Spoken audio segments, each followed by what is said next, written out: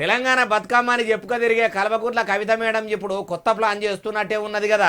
మొన్నటిదాకా కారు పార్టీని ఇచ్చగొట్టేందుకు కమాలు కడుతుందని అంటుంటే ఇప్పుడు కారు పార్టీ పెబ్బ కేసీఆర్ సార్ను కాపాడుకునేందుకు పథకమే ఇస్తున్నదట.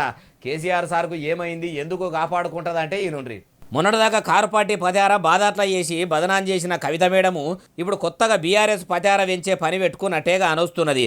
పార్టీతోని పని లేదు, జాడలేని జాగృతిని సక్కదిద్ది సబ్బండ పబ్లిక్ను ఎంటబెట్టుకొని పచార పెంచుకుంటామని ప్లాన్ చేసిన కవిత మేడము ఇప్పుడు మళ్ళా రివర్స్ గేర్ వేసి పార్టీకి దగ్గరయ్యే పని పెట్టుకున్నట్టు అనిపిస్తున్నది.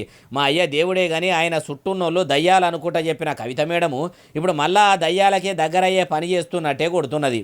కారు పార్టీ పెబ్బ కేసీఆర్ సార్కు కాళేశ్వర కమిషన్ ఆఫీసర్లు పంపిన నోటీసులు మొత్తం జూట. కేసీఆర్ సార్ లేకుంటే కాళేశ్వరం అయ్యేది కాదు, తెలంగాణ పచ్చగా ఎగురు పెట్టేది కాదు. కేసీఆర్ సార్ కమిషన్ ముంగడికి పోయేది లేదు, మేము పెద్దెత్తున పోరాటం చేస్తామని ముందటికి వచ్చి నిలబడుతుందట.